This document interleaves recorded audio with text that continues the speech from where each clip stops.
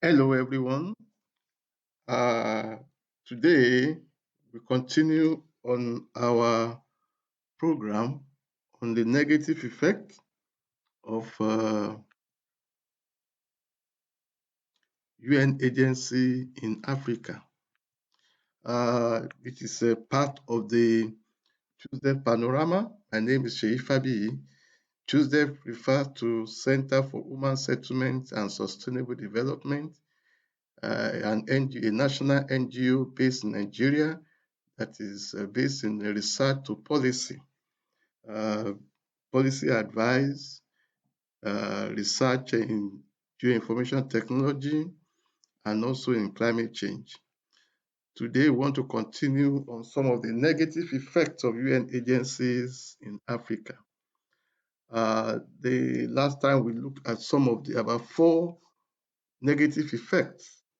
So we want to continue on these negative effects. One of them also is that we have distorted priorities. Foreign aid can shift the focus from urgent local needs to donor-driven agenda. Most of the time, UN agencies come with an agenda.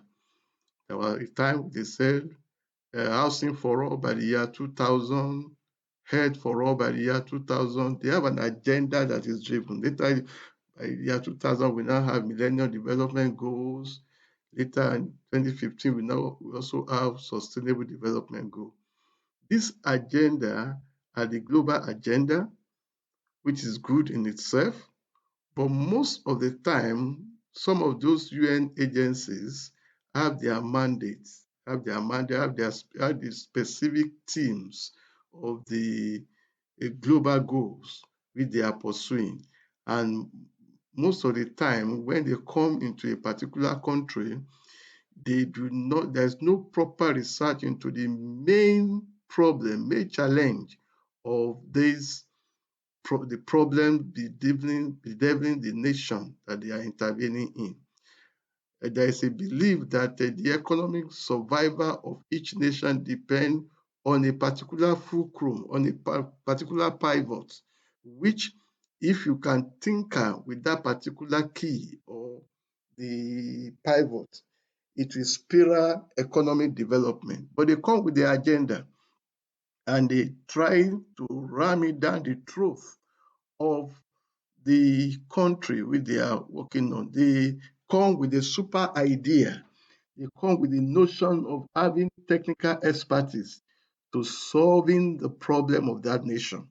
And most of the time, the agenda they have does not align with the agenda they have do not align with the challenges or with the solution and strategies to solve the problem of that nation. For instance, a donor or a UN agency may want to fund health program, whereas infrastructure or education may be the critical thing that is needed or that is crucial to the country. So when they pump money into the health sector, the effect of that money they are pushing into those health sector or facilities or any other thing. For instance, when they are building health facilities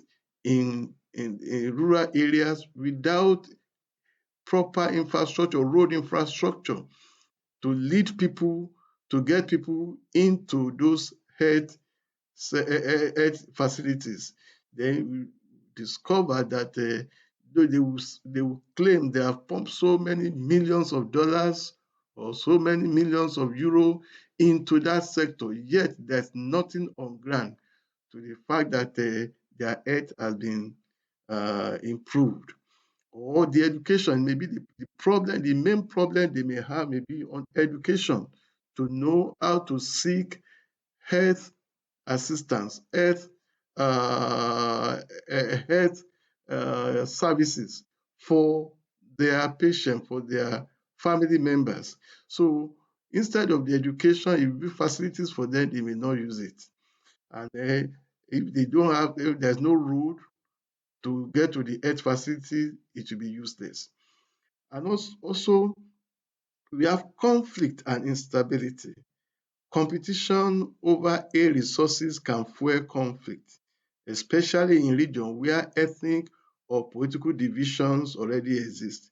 For instance, during the first term of President Buhari, he specifically told the UN agencies and foreign donors to concentrate in the north. And this one actually spurred some conflict and disagreement between other sectors. And that is some of them were really dissatisfied with the kind of a preferential treatment because Buhari is from the north, and also because he's from the north, they believed that by asking the United Nations agencies to concentrate in the northern part of the country is more or less like self-serving, using the opportunity to benefit his own people, and they saw nepotism in the pronouncement or the advice of the activity. And also we have some because a lot of money is going into the conflict zones. The conflict continue because a lot of UN agents, when there was a Boko Haram experience in Nigeria, a lot of UN agencies and foreign donors, they bombarded the Northeast. They bombarded Borno, Yobe, and Adamawa. With all the agencies, they were just scrambling. They were scrambling to develop the place. And because they want to continue to receive funds, the Boko Haram has become endemic in that area. That conflict has become endemic because if the conflict ceases, if the conflict ended, there's no way they will be able to access funding from those areas. So sometimes they encourage those conflicts so that donor money will continue to flow in. Armed group may also target aid to gain power or legitimacy. We saw a lot of UN agency staff that were kidnapped in order to make statements. So because they saw the UN staff as high valued targets for them to kidnap and to demand ransom. So uh, sometimes the intervention of the UN agencies instead of reducing the insecurity or conflict, most time it escalates it further. Also, the pursuit of short-term focus. Many aid programs focus on short-term relief instead of a long-term solution. Most of the time, those UN agencies, they provide palliative measures, palliative interventions that does not have sustainable or permanent solution to the problems of the people. It leads to temporary fixes because sometimes when they get a funders, they want to report after 1 year or 2 years or at most 3 years the outcome of their intervention. Most of the time, the outcome they are reporting are doctored outcomes because the M&E, whether they employ third party to conduct M&E, they will dictate what the result will be. Because if there's no result, they will not be able to justify the money they have invested. Most of the money are squandered to furnish their lavish lifestyle, to furnish their expensive travels. Some of them they buy expensive things, and most of the time, when most of the money when the money that was released by UN agency goes back to the UN to the North countries. I mean to the countries that claim to pump in a lot of money into some of it as aid to to African countries, end up the bulk of the money goes back to those countries. For instance, they will specify the country where they will buy the car, the kind of cars they can use, and then they end up buying, instead of buying local products, they end up going back to the donor countries to buy those items. And then when they want to bring in people who the so-called experts to investigate or to look at to to to monitor the progress they are having or the project, they bring in experts from the developed countries and they pay them huge sum of money for few work done. So the bulk of the money still go back to the North countries. So many aid programs lead to temporary fixes and they don't really encourage sustainable development. Despite the fact that they say, okay, Earth for all by year 2000, actually Africa did not have Earth. Majority of the Africans don't have access to Earth. They said Millennium Development Goal, and then by 2000 they said they have Millennium Development Goal which must be achieved, 7 Millennium MDG, which was supposed to be achieved by the year 2015. But at that time, and by 2015, when they were looking at measuring, despite the fact that most of the interventions submitted very glowing report of the results of the activities. Yet, Africa was still discovered that Africa lagged behind in the development agenda. So they now have a sustainable development goal, and they expected countries in Africa, developing countries or the less developed countries, to catch up with development based on the volume of money that they were able to push into the developing countries. But we discovered that most of the time they use one hand to give African those money, those resources, and they use another hand to retrieve it back. Most of those money still end up in the developed countries. The only people that benefit are the core staff of United Nations staff. The core staff that are working, are the local staff, the national staff, and then the people that got few contracts from some of those developing countries. And most of those, especially the World Bank project, despite the fact that they push so much money to finance projects that do not align with the priorities of the country to take them out of poverty, to improve their livelihood, yet most of those money are paid to foreign companies that are suppliers of those items they want to do. And then many of the only people that benefit, the majority of the people that benefit are the staff of the World Bank and also the civil servants, some few civil servants that they were opportune to be part of the project. Debt accumulation. This is very critical, especially for the World Bank and the IMF intervention.